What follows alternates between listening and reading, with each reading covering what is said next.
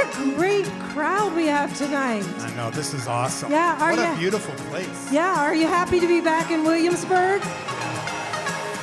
We thank you, Lord, for the privilege that we have to be able to come together, that we'll experience an awakening inside of each one of our hearts, that we'll go back to our communities refreshed and renewed, and we thank you for that tonight in Jesus' name.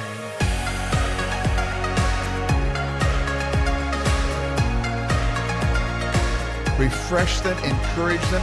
I pray, Lord God, speak new things into their life. I pray, Lord God, for new hope and new vitality. You're not in the room by accident. You're in the room because God intentionally positioned you in this space today. We are living in a moment of anticipation. I want the presence of the Lord. I have a hunger for an awakening.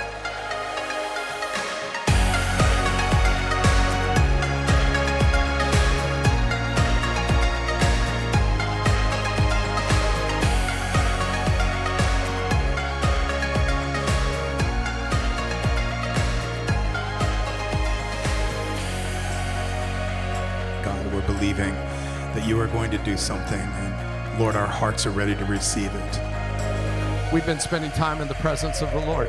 You can tell the Lord is in this place. You can tell He's here. And there are some things that will only happen in our life and in the church when the church prays. When we come together, miracles happen.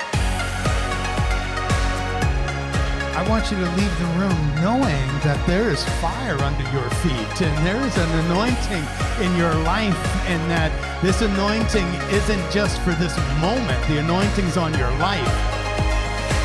Thank you, Lord, for a reminder to us, Lord, just to take a sip and see the rivers flow.